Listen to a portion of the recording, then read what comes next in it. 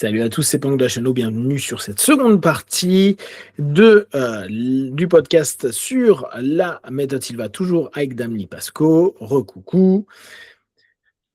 On vous rappelle que Lee sera en Belgique dans les semaines à venir, donc semaine prochaine. Oui, alors oui. Regardez le calendrier parce que ça dépend quand sort cette vidéo, donc du coup, regardez le calendrier. C'est sa dernière venue en Belgique. Et elle va faire tout ce qui est autour de hypnovision, elle va faire tout ce qui va être mouvement oculaire, etc., etc. N'hésitez pas à y aller si vous voulez la rencontrer, si vous voulez apprendre sur différents domaines, elle fait plein de choses.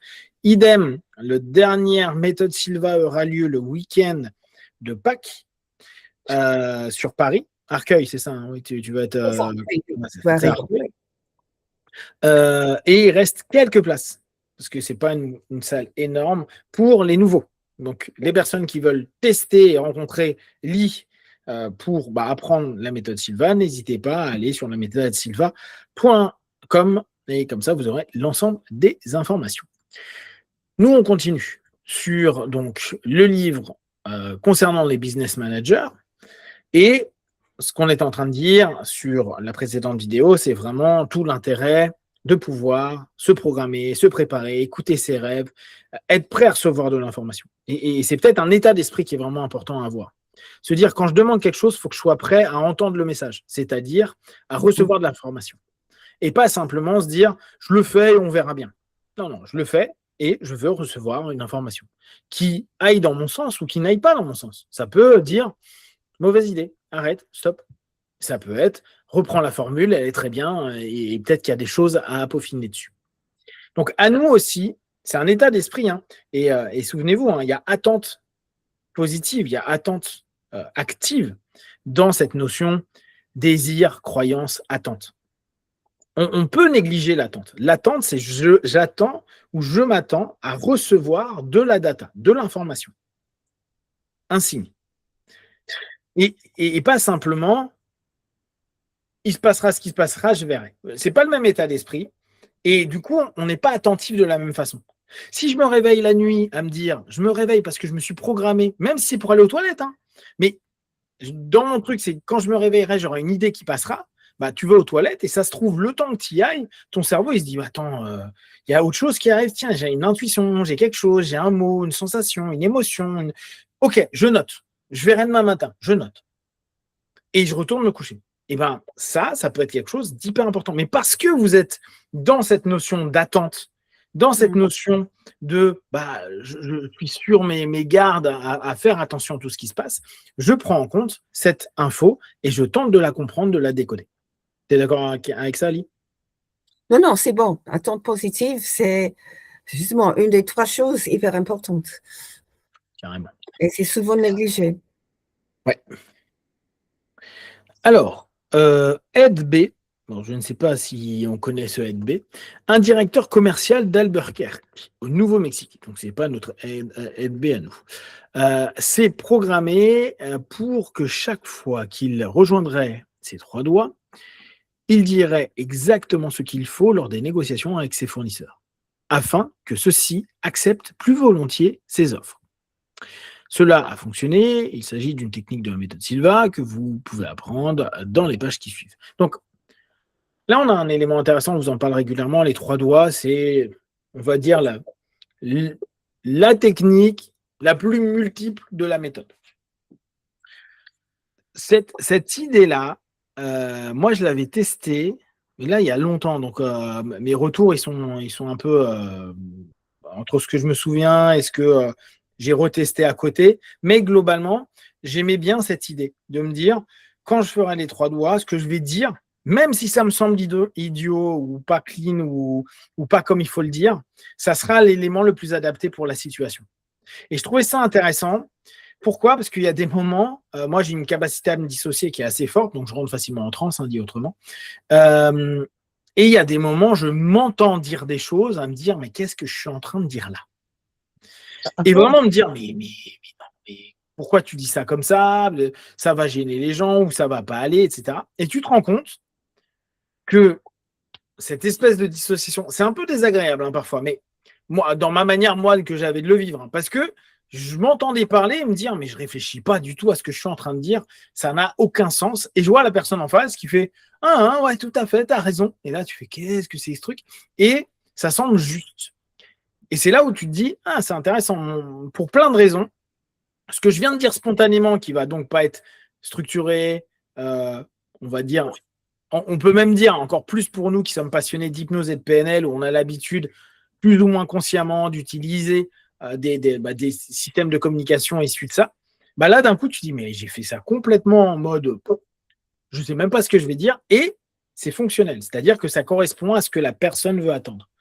Attendre comme réponse, faire en sorte que ce soit positif, etc. Moi, je l'ai fait notamment dans des séances, notamment dans des négociations entre guillemets avec certaines personnes ou des discussions. Je trouve cette notion intéressante de se dire, je rentre dans un état où factuellement, c'est plus moi qui suis en train de réfléchir à ce que je vais dire, mais je fais confiance à mon état pour sortir les éléments qui peuvent être le plus pertinents dans la situation où je suis.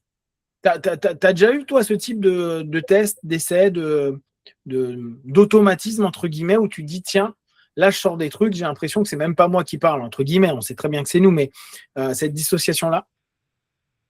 Pas pour les 3 doigts. Hein. J'utilise les 3 doigts justement quand je veux retrouver le bon mot ou Ouais. quand je veux être hyper calme, focalisé, réceptif pour les gens à qui je parle. Mais je n'ai pas utilisé ça pour dire, OK, subconscient, je te laisse la parole, tu peux utiliser ma bouche. C'est un peu ça dont tu parles, n'est-ce pas? Exactement, exactement. Oui. Et je me souviens, ça m'a quoi. Alors, en amont, quand j'ai découvert les ancrages de façon générale, j'avais eu un prof et à un moment, je lui avais dit, tiens, mais parce que c'était un test que moi je voulais faire, à me dire, mais tu as déjà tenté de laisser parler plus ta partie moins consciente que ta partie plus consciente, moins analytique. Et il m'avait dit un truc que j'avais trouvé très, très juste, et en tout cas pour lui, je trouvais que c'était beau de dire ça. Il dit, j'aime pas perdre le contrôle. Donc le gars faisait beaucoup d'hypnose, hein, mais il me disait, j'aurais l'impression que c'est pas moi qui vis, j'aurais l'impression que c'est pas moi qui dis les choses, parce que c'est pas moi qui veux les dire, mais quand on dit c'est moi qui veux les dire, c'est moi conscient qui veux Oui, le dire. oui, Et, oui. et moi, quand il m'avait dit ça, je vais dire, ah bah c'est joli. Moi, c'est l'inverse. Je me dis, mais peut-être que ce que je veux dire, c'est pas ce que je dis consciemment. C'est pas ce que je réfléchis ou la manière dont je vais le dire. Peut-être que ce que je dis, c'est, alors surtout moi, hein, je suis assez primitif, limite ma manière de parler, très subconsciente, elle est encore plus, elle est un peu incisive, un peu cassante, etc. Parce qu'elle est très primaire. Il n'y a pas tous les, il n'y a pas une prosodie sympa, il y a le timbre de voix est un peu énervé et en général, je vais straight to the point, quoi. Je vais droit au but. Et du coup, si on prend les pures notions de hypnose ou PNL, au niveau du rapport, c'est nul. C'est complètement nul. Par contre, le message, lui, moi, je le trouve intéressant. Mais je voyais la différence entre lui qui voulait garder contrôle conscient de ce qui pouvait sortir de lui et moi me dire, oui, mais mon subconscient, comment il parlerait aux gens? Est-ce que ça pourrait correspondre? Et c'est pour ça que j'avais trouvé que c'était intéressant, la notion avec les 3 doigts, de se dire, à ce moment-là, je laisse faire ce subconscient qui s'exprime, mais de façon à ce que ce soit OK pour l'autre, même si la forme, elle était complètement, elle n'était pas terrible. Et ça, je trouve que c'est assez intéressant. Donc, ouais. Ah, OK, non, je pense justement au fait que moi-même, et j'ai parlé à plein d'autres hypnotiseurs aussi, apparemment, que quand on hypnotise, quand on guide en hypnose un sujet, on est partiellement en hypnose soi-même. Et maintes fois, je me suis trouvée en train de dire quelque chose en me disant même, mais pourquoi je dis ça? J'ai jamais dit ça auparavant. Et mon sujet me dit après, mais heureusement, tu m'as dit ça, c'était exactement ce qu'il fallait, ou comment tu as su que. Et j'ai dit, tiens, donc ça a dû venir justement de mon subconscient.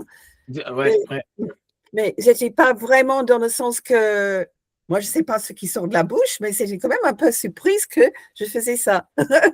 Ouais.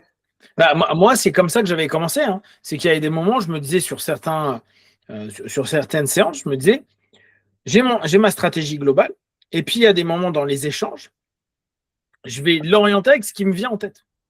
Ce qui me vient en tête, mais c'est même pas que ça me venait en tête, ce qui me vient. Tu vois, et c'est même pas en tête parce qu'à ce moment-là, vu qu'on est dans une forme de transe, c'est pas la logique qui l'emmène, même si bien sûr une forme de logique, mais c'est pas conscientisé ou consciemment exprimé. Et pareil que toi, j'ai eu des moments où la personne me dit ah mais c'est super, ah mais c'est exactement ça. Et là tu dis comment j'en suis arrivé à dire ça par rapport à ce qu'on vient de dire avant? Ça me semble pas vraiment cohérent, mais le subconscient, et c'est là où on vient sur les micro-expressions, les micro-mouvements, le body language, les non-dits, les silences, les respirations, etc., qui donnent plein d'infos. Et il est possible que tu aies capté des choses et dire cet élément-là est validé en fait par la personne en face. C'est assez surprenant, c'est rigolo. C'est rigolo, mais il y a des moments où tu te dis, mais oui, c'est bizarre que je dise ça. Donc, ce que dit José à ce niveau-là, et en tout cas ce qu'a vécu ce directeur commercial, je trouve que c'est intéressant parce que ça peut aussi nous dire, mais ça c'est dur pour notre cerveau de se dire, on peut avoir une partie spontanée de nous qui ne va pas réfléchir forcément à ce qui va être dit, et ce qui va être dit peut être bon pour un business ou bon pour quelque chose. C'est dur parce que nous, on nous a toujours appris à contrôler ce qu'on dit, de le dire d'une certaine manière, et encore plus dans le milieu hypnose, PNL, communication, où tout est hyper cadré. Dire non, non, tu crées un rapport, un pace, un lead, ta sémantique est comme ça, parfois tu répètes parce que tu sais que tu vas sciller quelque chose. En fait, tu sais que tu as une arborescence de pensée qui s'est automatisée, mais il y a des moments où tu dis, je suis quand même, c'est pas naturel. C'est structurel, quoi. C'est structuré complètement. Et du coup, c'est chouette de se dire, OK, mais si ça part tout seul, est-ce que je dis des bêtises? Est-ce que c'est blablabla? Et même les mots que je dis sont idiots? Ou est-ce qu'il y a quelque chose qui peut être pertinent? Et là, en l'occurrence, sur ce test-là, n'hésitez pas à tester, pas sur des business, mais dans votre quotidien. Amusez-vous avec des personnes, justement, comme disait Lee précédemment, dans les moments où c'est plus léger et que vous n'avez rien à perdre à laisser exprimer les choses, voir ce qui se passe. Et ça peut être très curieux de s'entendre parler. Là, ce coup-ci, si on s'entend parler, ou on entend notre subconscient ou notre voix intérieure parler à l'extérieur. Et c'est surprenant. C'est comme la thérapie du parti. Hein? Exactement. Pas de dire des choses, mais c'est qui dit ça? Exactement, exactement. Et c'est là où tu dis, ah ouais, non, mais il y a quand même, on est quand même un peu partitionné sur plein de façons. Où c'est moi, oui, c'est automatiquement moi, mais pourquoi sortir ça à ce moment-là? On retourne sur pouvoir, désir, attente, croyance. On en a déjà parlé. Donc, désir, attente et croyance sont des mots qui expriment des sentiments. Les sentiments sont subjectifs. Ils ne peuvent être ni photographiés ni mesurés. Par conséquent, ils ne sont pas réels. Le désir est à l'origine de tout ce qui a été créé par l'homme sur cette planète. L'attente et la croyance ont énergisé ce désir. Donc, vous voyez, l'élément que lui met beaucoup en avant, c'est l'attente et la croyance énergisent le désir. C'est comme si une énergie réelle était à l'œuvre et il se serait et il pourrait bien que ce soit le cas. Des centaines de scientifiques et de toutes disciplines se réunissent tous les 2 ans, depuis 8 ans, sous l'égide de l'Association pour la recherche psychotronique, afin de partager leurs travaux sur l'énergie de conscience. De même, Edgar Mitchell, astronaute américain, a fondé l'Institut de sciences noétiques dans le but similaire. Le SRI, anciennement Stanford Research Institute de Palo Alto, en Californie, a travaillé avec des individus doués, capables d'accomplir un véritable travail physique grâce à cette énergie mentale. Quel que soit le nom que vous donnez à cette énergie, et les appellations ont foisonné, il s'agit de la même énergie réelle. Elle est focalisée par l'esprit, elle est créatrice. Dire « je ne désire pas »,« je ne m'attends pas à » ou « je ne crois pas » maintient cette énergie en position arrêt. Je trouve que c'est assez intéressant cette idée-là de bien comprendre que l'élément clé, c'est le désir, mais que s'il n'y a que du désir, il vous manquera une notion de mise en action, une notion d'énergie qui pourrait faire que ce désir se matérialise.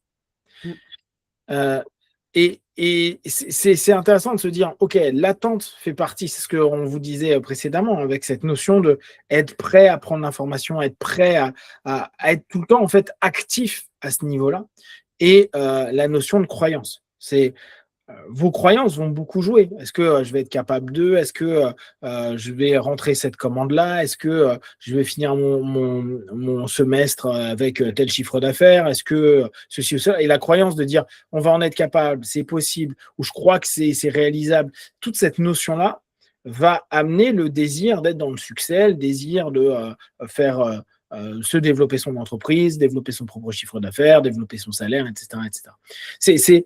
C'est intéressant de se dire, on unit les trois parce qu'il y en a un qui est la puissance initiale et qu'après, c'est la puissance motrice, c'est l'énergie qui va permettre de nourrir. Donc, quand votre désir est bas, il y a des moments où il faut vous dire, OK, sur quoi je vais pouvoir jouer pour créer de l'énergie et peut-être même redécupler mon désir.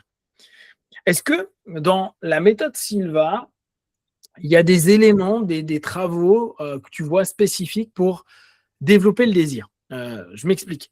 Il y a beaucoup de personnes qui sont un peu dans des phases de vie où tu as l'impression qu'il n'y a plus rien ils n'ont plus d'inspiration, plus d'aspiration.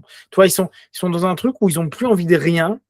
Ils ont fait plein de choses et puis il n'y a rien qui les nourrit, ou en tout cas, il n'y a rien qui les éveille, parce qu'il y a des choses qui les nourrissent. Mais est-ce que dans la méthode, tu vois quelque chose pour justement développer le désir? Parce que souvent, on a l'impression que le désir, c'est quelque chose qui vient un peu spontanément, et on se dit, ah, j'ai envie d'aller dans ce pays, ah, j'ai envie de manger ça, ah, j'ai envie de réussir à être millionnaire, ou je sais pas quoi.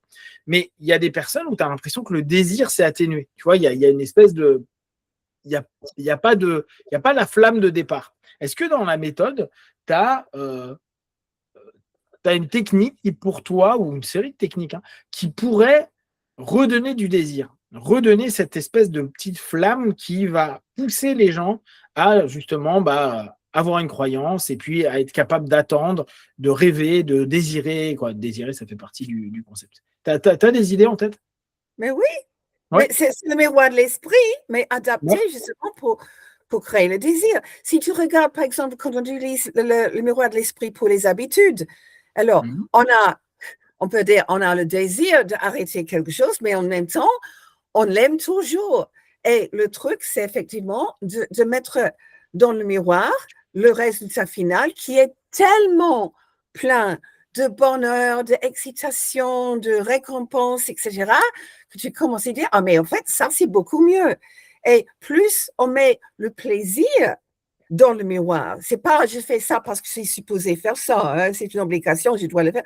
Non, on le fait et on a vraiment un énorme plaisir de voir les résultats. Et en faisant ça, pas simplement on continue à créer un meilleur désir, mais on continue à reconnaître, en fait, que ça, c'est quelque chose qui est naturel et normal pour moi. Parce que sinon, on est plus associé avec ça. Je prends l'exemple de monsieur qui était désordonné, qui avait dit il faut que, il n'a jamais pu. Et puis, il a commencé à mettre dans le miroir qu'il se voyait comme une personne hyper organisée, calme, toujours à l'heure, en trouvant tout de suite ce qu'il avait rangé bien, etc. Mais beaucoup insistant sur le plaisir. Et là, il a voulu. Et après les 30 jours, on répète justement pour une habitude, c'était venu presque automatiquement parce qu'il dit, mais une personne aussi ordonnée que moi ne va jamais laisser un pagaille dans son bureau. Et là, il était vraiment très content d'avoir devenu justement une nouvelle personne. Il va changer son image de lui-même aussi. Donc, il y a plusieurs choses qui sont impliquées là, mais je crois que pour vouloir faire quelque chose, il faut vraiment insister dans le miroir sur beaucoup de plaisir. Et quelquefois, j'ai eu des sujets qui ont complètement raté ça. Et justement, je leur fais une petite séance où je dis, imagine ceci, imagine ça, ça peut être pour la... Et après, ils disent, ah, mais je ne savais pas que ça pourrait sentir si bien.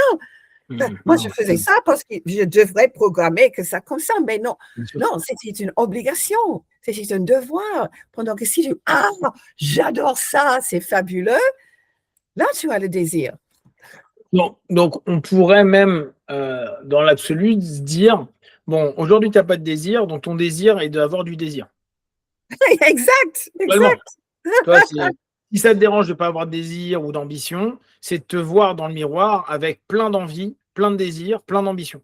Qu'importe ce que c'est, ça peut être très abstrait, mais juste te sentir toi, dire, comme quand il y a peut-être 10 ans, 15 ans, quand tu commençais un truc, te dire, voilà, mon objectif, ça sera ça, et avoir la même stimulation. Donc, en gros, ça serait de dire à la personne, dans le miroir, tu bosses cette notion de toi avec du désir, toi avec plein de projets, toi avec plein d'envie, toi avec plein de choses, et en gros, ton désir, tu le bosses pour avoir du désir. Là, tu n'en as pas, bah, ton désir, c'est d'en avoir. C'est ça, globalement, qu'il pourrait faire, tu penses? Oui, c'est ça. Oui. Ok, c'est très bien. Très, très bien. Alors, ah oui, là, je reviens sur un truc que j'ai trouvé sympa parce qu'on en a parlé, mais juste entre nous, quoi. Tu en avais parlé au micro la dernière fois, mais tu m'avais envoyé un mail à moi. JP Morgan, c'était lui, c'est la personne dont tu cherchais qui était celui qui allait voir les voyants, etc. Tu te souviens? Tu m'avais même envoyé je crois, un Wikipédia ou je sais plus quoi sur le sujet. Attends, j'essaye de te retrouver ça. JP Morgan. Ouais, Morgan, ouais. Ouais. Attends, je regarde si c'est ça. Ah non, c'était pas Morgan. Attends, tu m'as envoyé qui? Je reviens dessus. Study. Ah ouais, tiens, d'ailleurs, pendant que j'y pense, tu sais, le récit dont tu m'avais parlé là, de Study that made me stop aging myself, tu sais, l'étude des années 70 que tu avais parlé la dernière fois. Ah oui, oui. Tu sais que sur Kindle, ils appellent ça The Counterclockwise, et c'est un bouquin. En fait, Hélène Langer, là, elle a mis ce bouquin, elle a proposé ce bouquin. Ça, c'est ce truc-là. Bon, là, c'est sur mon Kindle, donc ça se verra pas top top. Mais hop, pour ceux qui. Ouais, n'hésitez pas à le lire. Il y a un livre dessus, chouette. Ouais, il y a un livre dessus, et en fait, c'est elle qui avait fait l'étude. Donc, en fait, c'est intéressant. Pour rappel, hein, c'était le fait que des personnes qu'on remet dans des conditions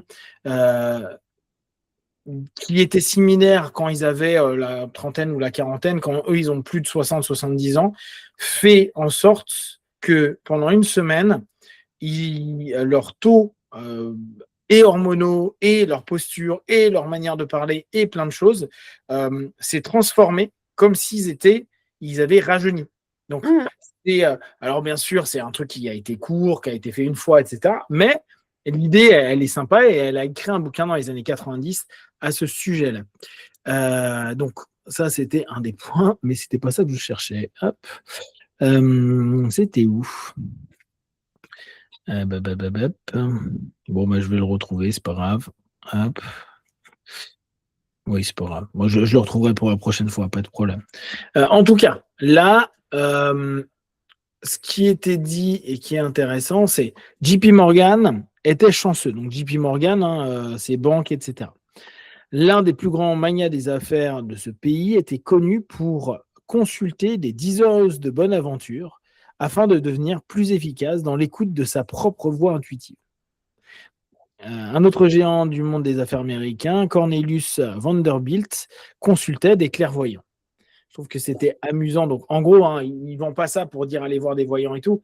Ils vendent cette idée pour dire si vous commencez à devenir plus clairvoyant, si vous êtes capable d'écouter davantage votre intuition, si vous êtes capable de vous faire plus confiance dans l'intuition que vous avez, il est possible que ça puisse vous aider dans des business qui vont parfois être des contrats juteux, peut-être des trucs qui au départ semblent un petit peu complexes et qui au bout du compte vont vous demander de l'énergie mais qui vont vous apporter du positif, et inversement être capable de dire et ben là, ça a l'air très bien.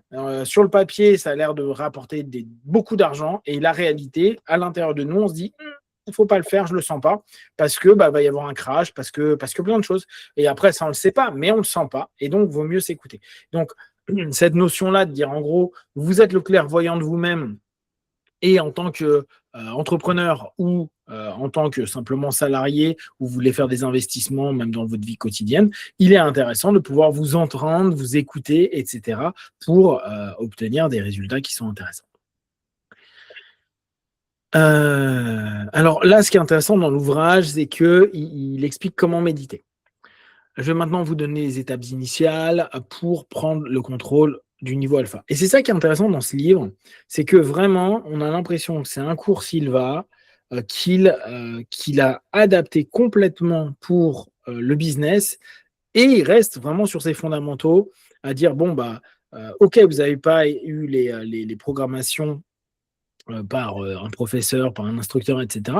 Pas de problème, on va passer par une autre manière d'eux pour que vous puissiez vous mettre dans l'état.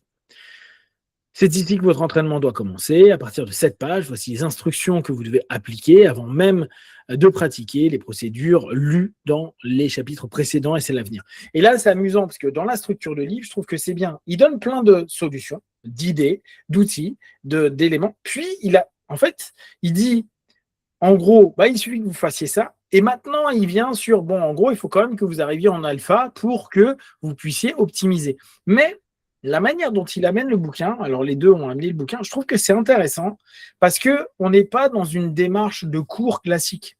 On va dire, vous allez apprendre ceci, cela. Il part d'abord sur, vous pouvez faire ça, tiens, tentez ça, fermez vos yeux, imaginez ceci, cela. Vous avez tel problème, vous pouvez faire ça.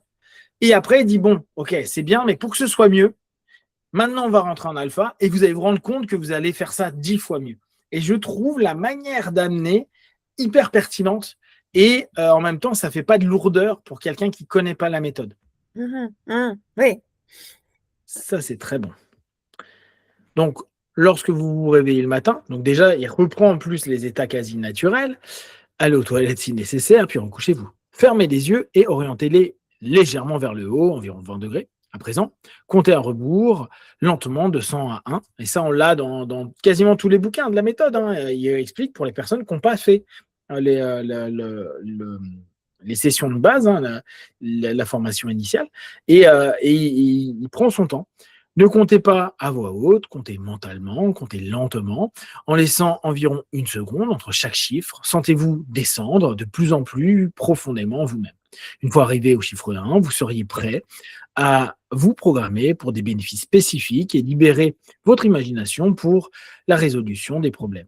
Mais cela devra attendre que vous ayez davantage de pratique. Pour l'instant, profitez simplement de cet état de sérénité et de béatitude. Donc, c'est chouette parce qu'il leur propose le modèle, mais en prenant le temps. Et entre chaque truc, il donne des nouvelles infos sur vous pouvez aussi faire ça, vous pouvez faire ça, vous pouvez faire ça.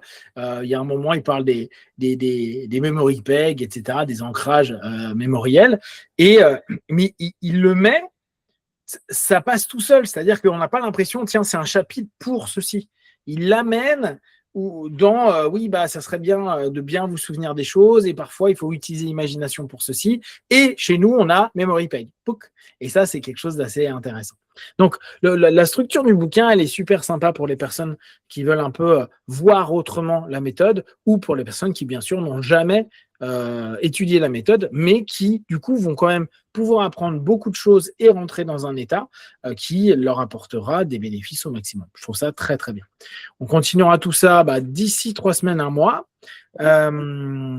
Si vous avez des questions d'Hermal, vous n'hésitez pas. Est-ce que tu as un dernier petit mot à donner pour encourager les gens à venir, par exemple, en Belgique ou au dernier Méthode Silva by Lipasco in French? Juste que, je suis déjà très, très touchée par tous les gens qui ont écrit, ont dit « Oh, il faut absolument qu'on vous voit avant que vous partez » ou bien « Oh, je ne veux jamais plus faire ça. » Donc, j'ai vraiment senti apprécié. Donc, je veux simplement remercier tous ceux qui ont déjà exprimé ça. Et pour tous ceux qui viennent justement au cours, je serais ravie de vous voir personnellement de nouveau, ou pour la première fois. Oui. Oui, top. Donc, n'hésitez pas à passer. Nos amis belges, vous allez avoir la chance de la voir dès la semaine prochaine. Et puis, pour les Français, nous, on a encore la méthode Silva et Hypnovision. Après, il n'y a plus de live. Il n'y a plus en direct face à face. Donc, n'hésitez pas. Hypnovision, c'est le dernier live ou en ligne. C'est vraiment le tout dernier cours. C'est le dernier cours, the last one. Et ça termine juste avant mon 90e anniversaire. Exactement. Donc, c'est mon excuse. Non, mais notez bien, s'il y a des gens qui sont encore dans une phase d'hésitation, bah, n'hésitez plus parce qu'après, il n'y aura plus possibilité de faire. Et moi, je vous en parle de connaissance de cause. Il y a des professeurs que j'aurais bien aimé croiser et qui sont malheureusement ont arrêté ou sont morts avant, vraiment parfois quelques mois avant que j'y aille. Donc, c'est hyper dommage. Ils vont se dire, ah merde, j'aurais dû avancer de 6 mois, genre un truc. Là, on sait quand est-ce que ça s'arrête, ce qui est déjà un plus. Donc, n'hésitez pas à y aller, qu'il y ait plein de monde à ce cours d'hypnose-là. Ça sera super sympa. Eh bien, je vous souhaite une bonne soirée. Si vous avez des questions et des remarques, vous les partagez sur Facebook, YouTube. On y répondra le plus rapidement possible, comme d'habitude. De tout ce qu'on propose, ne prenez qu'est-ce qui est bon et juste pour vous. Testez, observez, analysez et concluez. À très vite. Merci, Lily. Ciao, ciao. Merci, ciao.